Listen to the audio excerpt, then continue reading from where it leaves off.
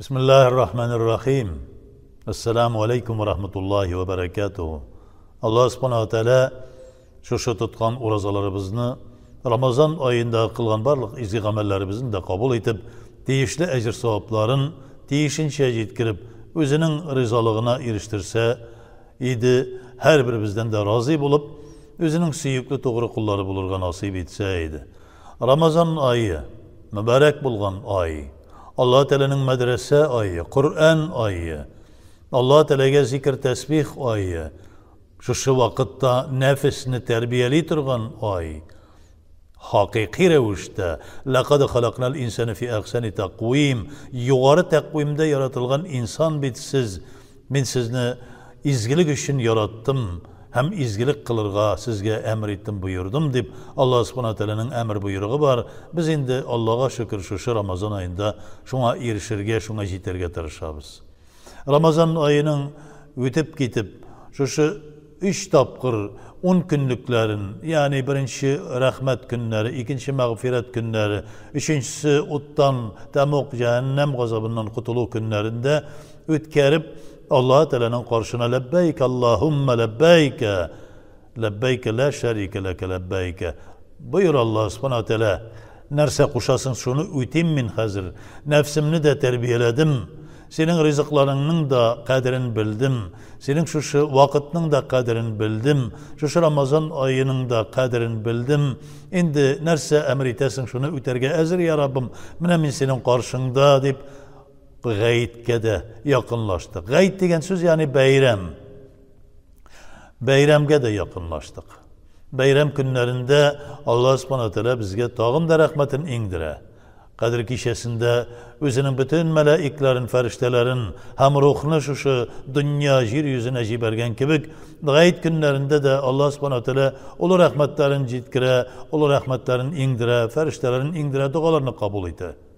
İnşallah teala. Allah Teala bunu vaade etti Kur'an-ı Kerim'de. Ve izâ sâeleke anni ibâdi inni garibun. Benim turunda benim kullarım sorasalar ya Muhammed sallallahu aleyhi ve sellem de. Ey men bik yakın. Ucibu da'vete dâgi izâ da'an. Mine dua kılıp ihlastan sorasa men elbette onun duasını boş kaldırmam de. Çünkü şu Ramazan ayı boyunca min jingillik diledim. Ağırlık dilemim diye Allah Teala ite. Yuridullahu bikumul yusra ve la yuridu bikumul usra. Allah Teala ağırlık dilemi bir kaşanda sizge. Niçin ağırlık degen düşüncege biz kulak salırga tiyişbiz? Niçin Allah subhanahu teala bizge jingillik dili?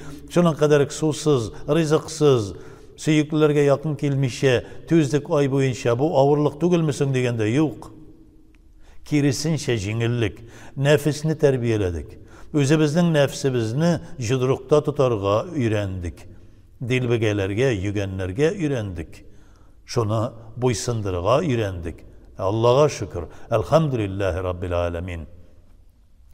Gayet gününde Allah Teala bizge buyurgan bir bayram. Şu tiyişinçe bütün kişiler bayram itirge, bütün Müslümanlar bayram itirge tiyişligin bilgirdip bizge onlarını da unutmağız. Onlarga da tiyişinçe bayram yüzün görsetiyiz deyip müracaat ete. Yani şu Ramazan ayının fitra degen düşüncesi var. Fitra sadakası degen düşünce var. Özümüz nişik bayramda şatlanıp ailelerimizni, balalarımızı şatlandırırsak muhtaç bulganlarga da onlarga da bir ülüşü kirsin için zekatlarımızın da şu Ramazan ayında, fitralarımızın da şu Ramazan ayında gayetke kadarı birip bitirige aşkınabız. Hem indi gayet günü de elbette inşallah birige aşkınabız. Biz bayram etemiz, onlar da bayram etsin. Fidyelerini ene birdik, darattık, özümüz uraza tutsak da dağın bir şul kaderi uraza tutkan derecedeki biraz ecir sevap bulur. Allah Teala rıza bulsun bizden deyip. Allah Teala bizni kim hurkurmesin, bizden şiddeşmesin, bizden yüzün vurmasın. Süyüklülerim benim. Yuhibbuhum ve yuhibbunehu. Allah Teala onlarını süyer. Hem onlar da Allah Teala'ya mehabbet tuta. Radiyallahu anhum ve radu'an. Allah Teala onlardan rıza buldu. onlarını da rıza bulurga koştu degen ayeti kerimelerge to'g'ri getirip Allah'a şükür rıza Allah subhanahu teala'ga yerip ana kul in kuntum tuhibbunallah fattabi'uni ey Habibim ey Muhammed sallallahu aleyhi ve sellem eğer de Allah Teala'nın muhabbetin isterseler eğer de tileseler Allah Teala'nın muhabbetine yolugurga mina iyerigiz benim sünnetimni tutuguz dip ayet dip Kur'an-ı Kerim'de müracaat etti. Şu Peygamberimiz sallallahu aleyhi ve sellem'nin sünneti boyunca Allah'a şükür biz turmuşumuzni alıp barabız. Ey Rabbim özünden yirağa etme.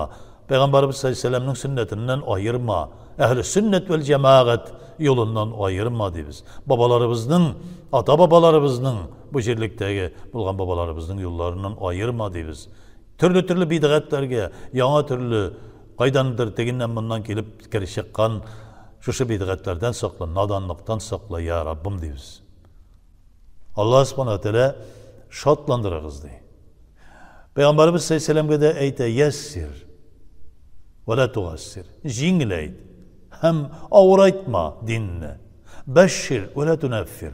Şatlandırır şu din bilen. Nefret çıkarttırma şu din bilen deyip Allah subhanahu teala'nın Resulü bizge şunu jitkire. Allah teala'nın ko'ngiline sala şu sözlerini. Ol bizge jitkire. Şu sözlerini.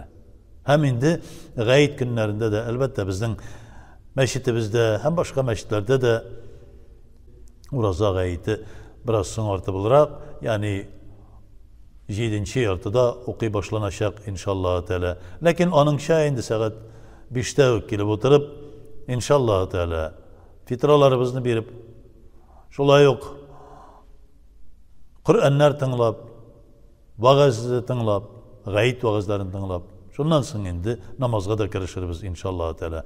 Kelmişe kalırga yaramaz. Ne için? Çünkü bir kardeşlerimiz var, bir gayetden ikinci gayetke kileler. Elbette bir gayet bilen ikinci gayet arasında bulgan bütün günahlarını Allah subhanahu teala yuamdı. İlle meger olu günahlar bulmasa, ille meger şirk diye ki başka türlü şuşundu. Kabahatlik olu kebair bulmasa. Onlar için elbette Allah subhanahu teala karşında jılı tövbeler, tövbe nasuh kılıp istiğfarlar kılırga gerek bula. Lakin başka tür günahlarını Allah Teala ister tamdı. Eğer de şu gayetke kadar isen sav kelip jettik ise gayetlerge aşkınırga gerek, jiyilirga gerek. Ondan soň inşallah Teala ekirin cuma namazlarına da kile başlarız. Ondan soň ekirin 5 vakit namazlarga da şu meşitlerimizge toplana başlarız Allah nasip etse. Elbette kelgen vakitte da tekbirler aytıp üyden gusüller kıyınıp. Gusül demek yani gusülünü anlamayan kişiler için şu duşka kirip, vannaga kirip, munşaga kirip, tügel bütün üstüne su tidirip Allah Teala rıza bolsun deyip su tidirip bütün yerini su bilen çılatıp, şuşlay paklanıp, şistaranıp gelirge gerek bula. Ne için? Çünkü Allah subhanahu teala innallaha yuhibbut tevvabin ve yuhibbul mutatahhirin. Allah subhanahu teala tevbe kıluşlarını yarattı. Hem taharetli bulganlarını yarattı. Taharetli demek işi dışı onun şista bulganlarını yarattı. İşi koňuly da şista bulsun. Hem indi teni de şista bulsun. Şundalarını yarattı. Şolay yok indi biriye kelip elbette tekbirler aytıp üyden çıkkanda tekbirler bilen aytıp yollarda kelip her pışmak sayın, her şu yol kesilişler sayın biraz basıp tekbirler aytıp kele turgan bolsak bik bu kurken bu sünnet gamellerinden. Hem biri de kelip inşallah Teala Kur'anlar tinlap, bagazlar tinlap Allah Teala'ga ulu bir gıybedetimizni ütedik. Beyrem etemiz şuna göre gayetler mübarek bulsun deybiz.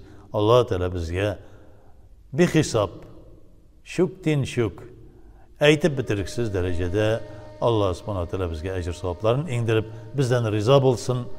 Cennette de özünün didarını ko'rsatib mangilikda huzurlanırga nasip etsin.